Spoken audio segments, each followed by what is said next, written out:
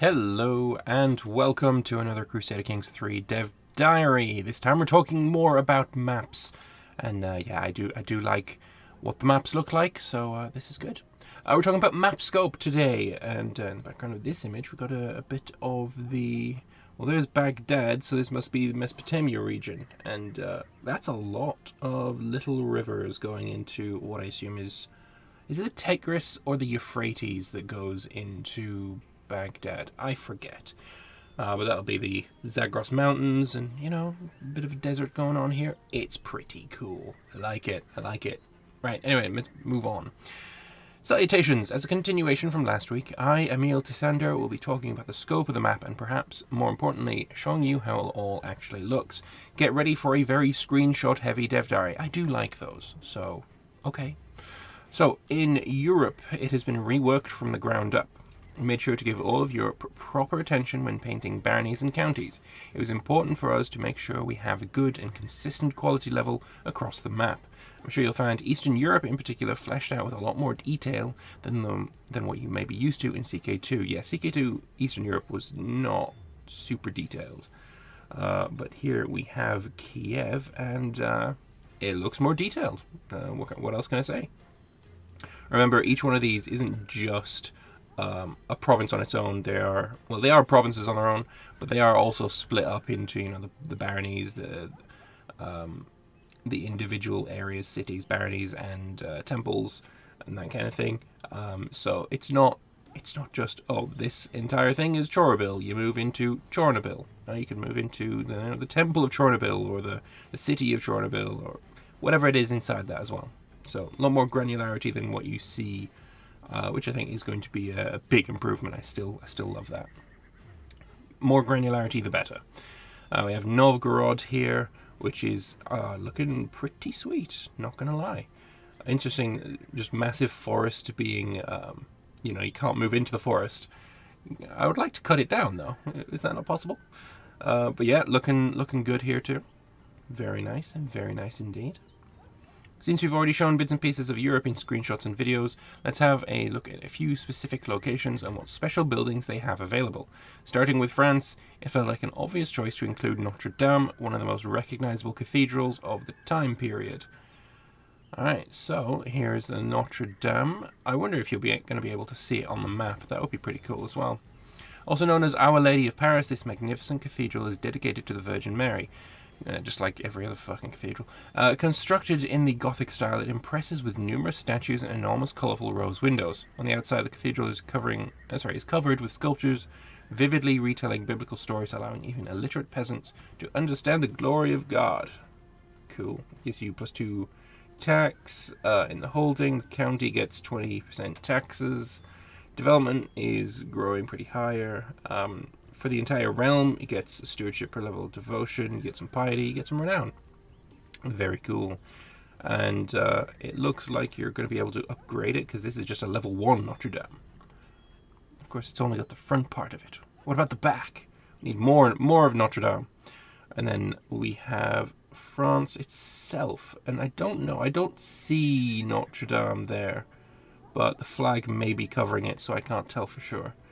But France is looking very French. Lots of farmlands and lots of green, lots of areas where you can grow tons of food to grow a huge population. Very nice indeed. Alright, next up, Iberia, featuring 2 major rivers, plenty of hills, and a few special buildings. In the county of Granada, you'll find Alhambra. While merely an old ruin at game start, it can be upgraded to offer some of the highest fortifications in the game. Very nice. So this is still France? Why are we still looking at... Next up is Iberia. Here, have some more France. Okay. But no, let's have a look at Iberia then. Obviously this is the start where the Christians have started the Reconquista. So Leon and...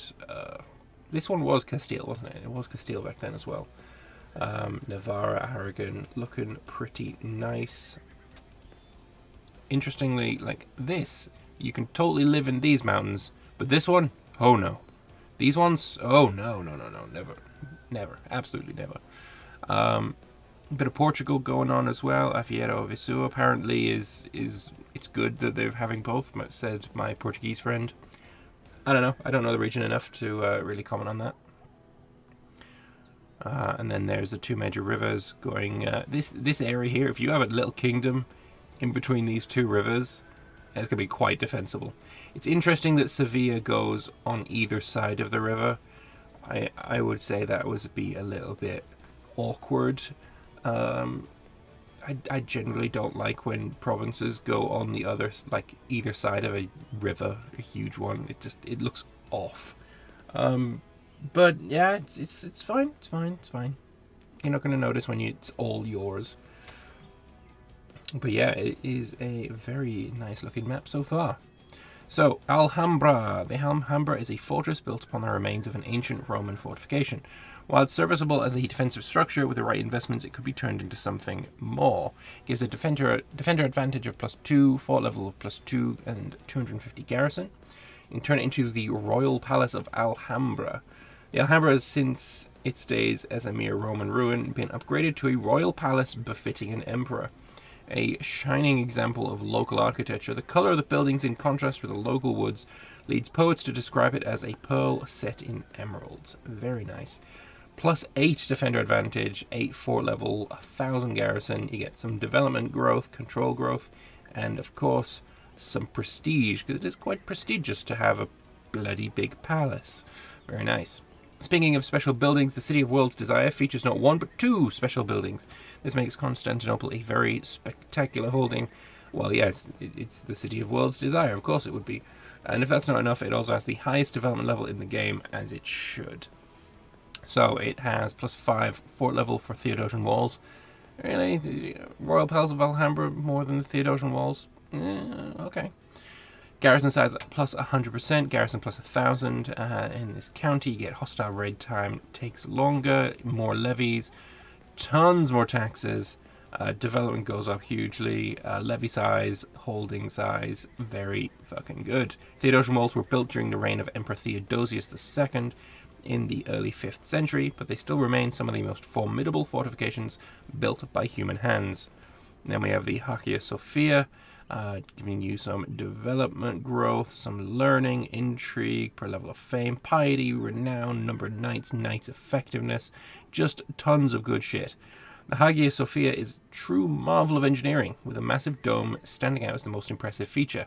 Completed in 537 by Emperor Justinian I, it now houses the Ecumenical Patriarch and stands as a monument to Christianity. And so it will remain for all eternity, for surely nothing could ever topple the might of Rome. Well, that's just rude. That's just rude. That's straight up just rude. But anyway, there we go. We've got Constantinople there. Is that in a new province? I feel like it is. You've got Briseis here that is pretty huge, which is, I think, is called Thrace in CK2.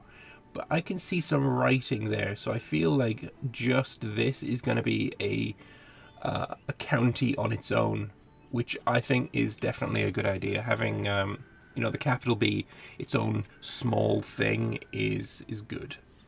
But yeah, I like it. That's pretty damn good. You know, Bithynia here, Nicaea. Like it. Some good shit here. Of course, I will be playing the Byzantines on release because, of course, just of course. I do have a little bit of a fanboy moment going on with them. But anyway, moving on. The culture screen right here. Interesting that they're calling them Cisalpine. I'm not sure that was a term that was really used all that often in this period. Now wouldn't they be more Lombard? That would be more accurate than Cisalpine? I'm not sure. We've also got the Swabians, the Bavarians, Croatians, probably Frankish, if we're thinking of something that ends in H. Frankish, perhaps. Not sure what that one would be. Aquitanian, something like that, maybe. So, Middle East. The Middle East has seen the same level of attention and reworks as Europe, with some particular attention spent on updating history across the region. For example, the Seljuks control a vast empire in 1066, properly representing their historical borders. They have a plethora of different cultures as their subjects, and may fall apart if not careful. Good lord, that'll wake you up if you look at that one, Tired. Jesus, that colour. Whew, fair enough. Interestingly, either the Tigris or the Euphrates, really. I honestly can't remember I don't remember which one is which. But only one of them is traversable. Only one of them is a major river, which I find very odd. I do find it very odd. But, yeah, no, okay. Okay, fair enough. Development in the region is above your average starting levels. Baghdad, for example, starts out with one of the highest levels of development in the game, bested only by a few other locations, such as Constantinople. Alright, so we got the Timariot of Baghdad. Very nice. Lots and lots of development there. Yeah, look at that. It's all like red and then a shining beacon of yellow. Yay.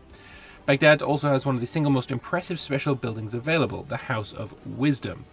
So we got some holding taxes, development growth, we've got learning per level of fame, monthly lifestyle experience, culture opinion, cultural fascination progress. That's, I feel, something new.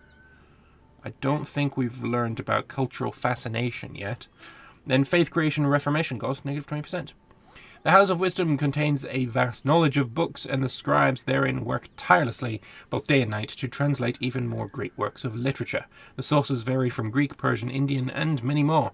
Truly, it contains the entire world's knowledge, a shining beacon of human knowledge, and comfortably far from the illiterate horsemen of this. Look, whoever's writing these, don't be mean. I love them. I love these tooltips, though. They're fantastic. Comfortably far from the illiterate horsemen of the steppe. Yes, of course it was. It is not under any danger whatsoever. Cool, okay. And then we've got the same image as we had for the top image. We've got Baghdad going down through Euphrates. That's what I'm going to call it, because I can't remember which one's which. Again, shoot me, whatever. But yeah, interesting that they only got one major river here instead of two. I assume there's probably a reason for it. Maybe it'll be in the comments, I'm not sure. Then we've got this area, I think it's like Dagestan. These are the mountains beneath the Caspian Sea, I believe. Coming up towards the steppe where the people who, destroyed the Houses of Undying. It's not the Houses of Undying, Houses of Wisdom. Houses of Undying from that terrible TV show that no one should watch. No. And then we've got Jerusalem area. Nice. Looking very cool. Very cool indeed. I'm just trying to see, is there anything I'm missing from these screenshots? Is there any like Easter eggs and stuff? Any extra little models? It doesn't look like it. Not yet. Okay. So, moving on to Africa. Africa's seen some of the greatest additions to the map. Well, yeah, because it barely had anything in it in CK2, so adding anything is a great addition. No longer cut in half, the sub-Saharan kingdoms have plenty of space to expand, and as we have included the entire Nigerian coast. Cool. Oh man, that makes Africa somewhere that I might actually want to play in, because yeah, that's way better. That's way better than currently. That's awesome. That is really, really good. Huge Ghana there. Wonder if can we see somewhere like Songhai? Do they exist? Can we turn Songhai from a tiny tribe into, massive? I don't see them though, so probably not. Yeah, you can play as Bono. Yay. Anyway, moving on.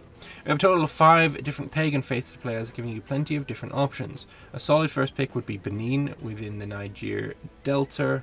That's right here. They start off with a decent development level and access to a special building, the massive construction that is the Walls of Benin. This is not the Walls of Benin. I feel like some of the images are in the wrong place. And then we've got Benin City, and then the Walls of Benin. The walls of Benin are a massive series of earthworks, Aya in the Edo language, that encircle the entirety of Benin. The walls are built of a ditch and dike structure with an inner moat and an exterior rampart. So giving +2 fort level, garrison size +50%. Defender gets an advantage of +5, hostile raid time goes up, levy size, holding taxes, and development growth. Very nice. Very cool indeed. Alright, some cultures will start with the ability to sail major rivers, allowing them to use the Niger River to quickly ferry troops back and forth. The coast, on the other hand, will be open for everyone to use. You won't be able to sail around the African coast to reach Europe, however, or vice versa. That route is blocked by an impassable sea, since it was often difficult, if not impossible, to sail along the western coast due to storms and rough seas. No Viking raids in Africa, I'm afraid. It's a bit of a shame. I suppose it does make sense though, because I don't think there is any historical evidence of them coming down here. But it is what it is. Anyway, so very nice looking maps again.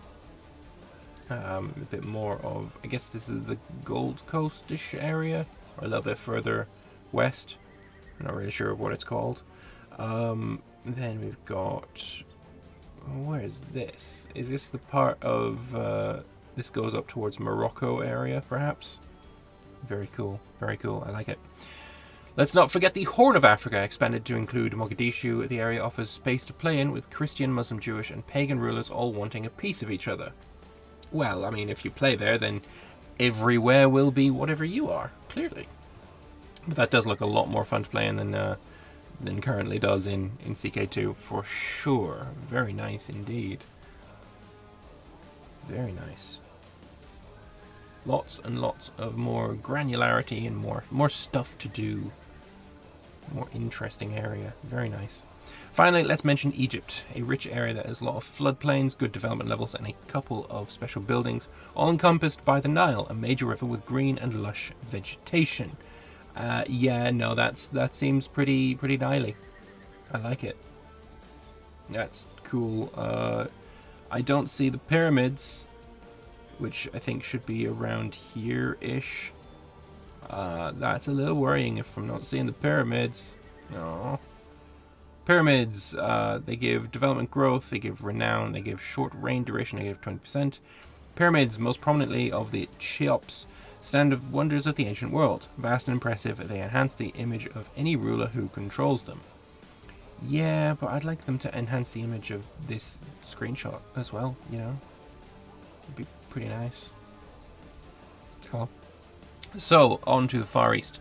Looking east, the map has been expanded to include the entirety of Tibet, along with a small extension of Mongolia, accompanied by a whole set of new cultures and faiths.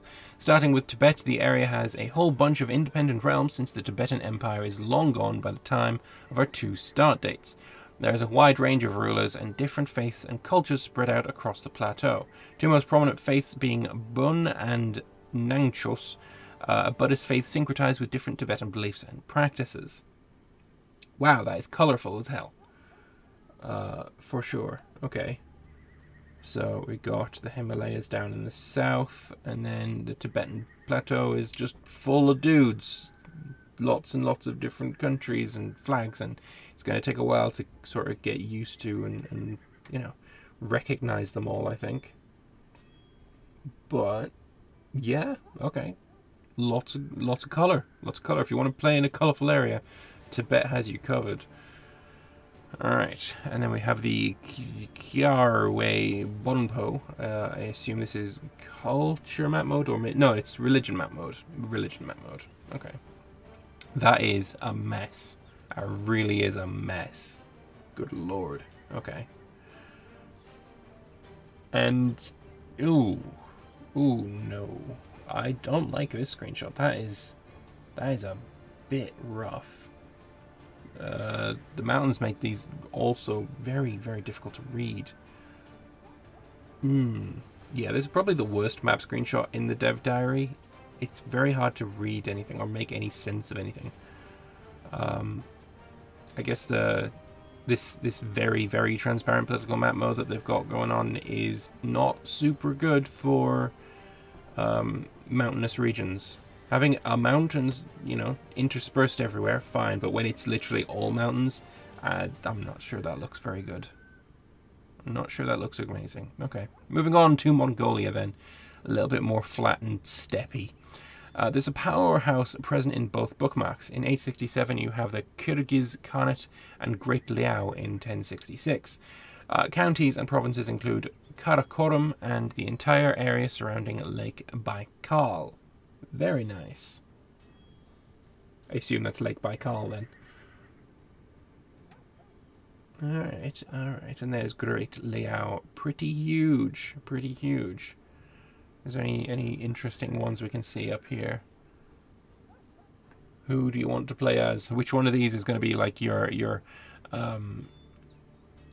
difficult nation to play as, just for the challenge of it?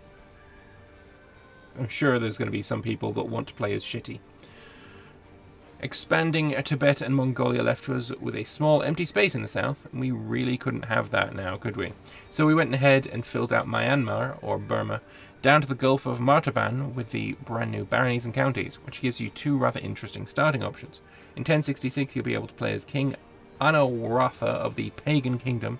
Starting shortly after his conquest of the Mon kingdoms to the south, most of the area will already be under his control, giving you a great opportunity to push into India. Alternatively, you can start as pagan in 867, yet a small and upstart kingdom allowing you to play with the unique faith of Ari Buddhism. Very cool. Very cool indeed. That's nice. It just feels like, look, at this point, when you've got Great Liao here, and you've got, Burma, Myanmar, right? It almost feels like you're going out of your way at this point to exclude China. I know that's not the case. And, including China is...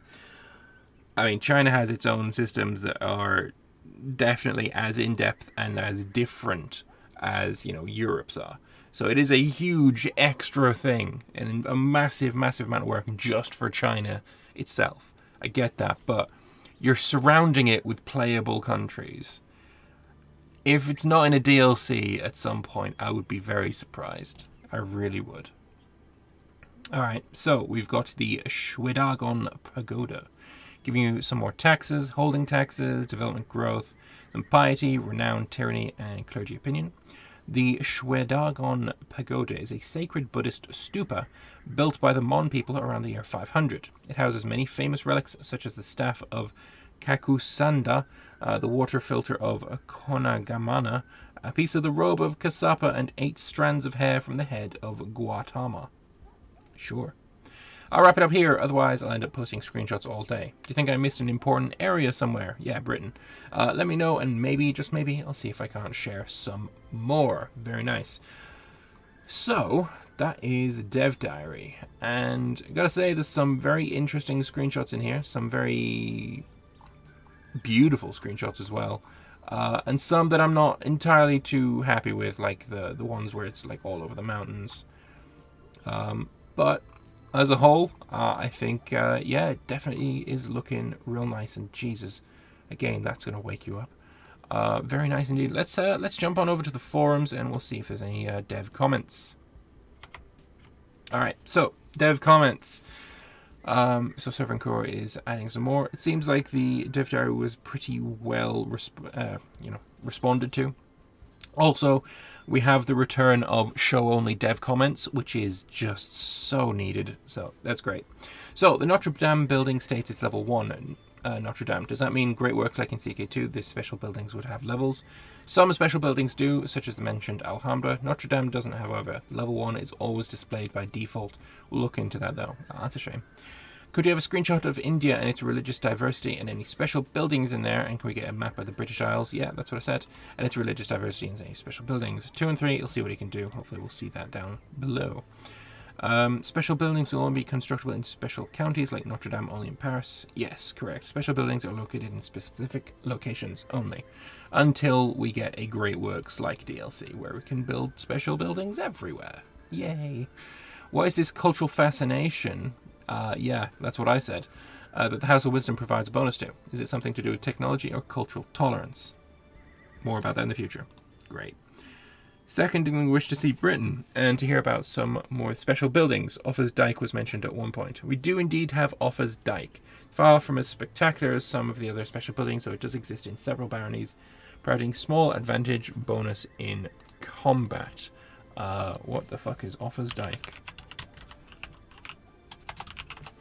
Offa's Dyke is a large linear earthwork that follows the current border between England and Wales. It was named after Offa, the Anglo-Saxon king of Mercia from 757 until 796, who is traditionally believed to have ordered its construction.